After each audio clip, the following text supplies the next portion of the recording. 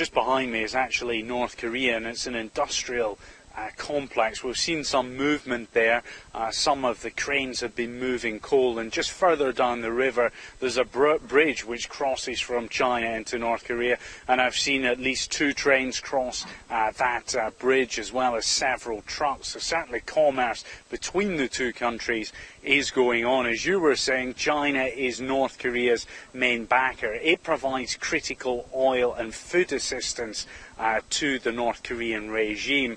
But many in the international community look towards Beijing to try and influence its neighbour. But I think there's a big question as to how much influence Beijing actually has. When you speak to analysts here, they say that, you know, that influence in many ways is overstated. That the Pyongyang, as we've seen in the past, with the 3rd nuclear test, for example, often doesn't listen to what Beijing's got to say. Martin, there you are, what is technically a pretty sensitive location on a border between North Korea and China. What around you is suggesting, if at all, any signs of additional anxiety?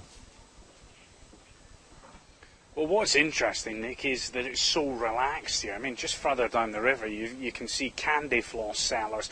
Tourists are trying on North Korean outfits, are getting their photos taken. Some of them are looking through giant binoculars, trying to get a glimpse into the secretive state. So certainly here, it's very, very relaxed. I think hundreds of miles away in Beijing, there is real concern because North Korea's threats have raised tensions across the region. From China's perspective, it will also be wary or worried about growing American involvement in the region. You have to remember, of course, that China regards this as its own backyard.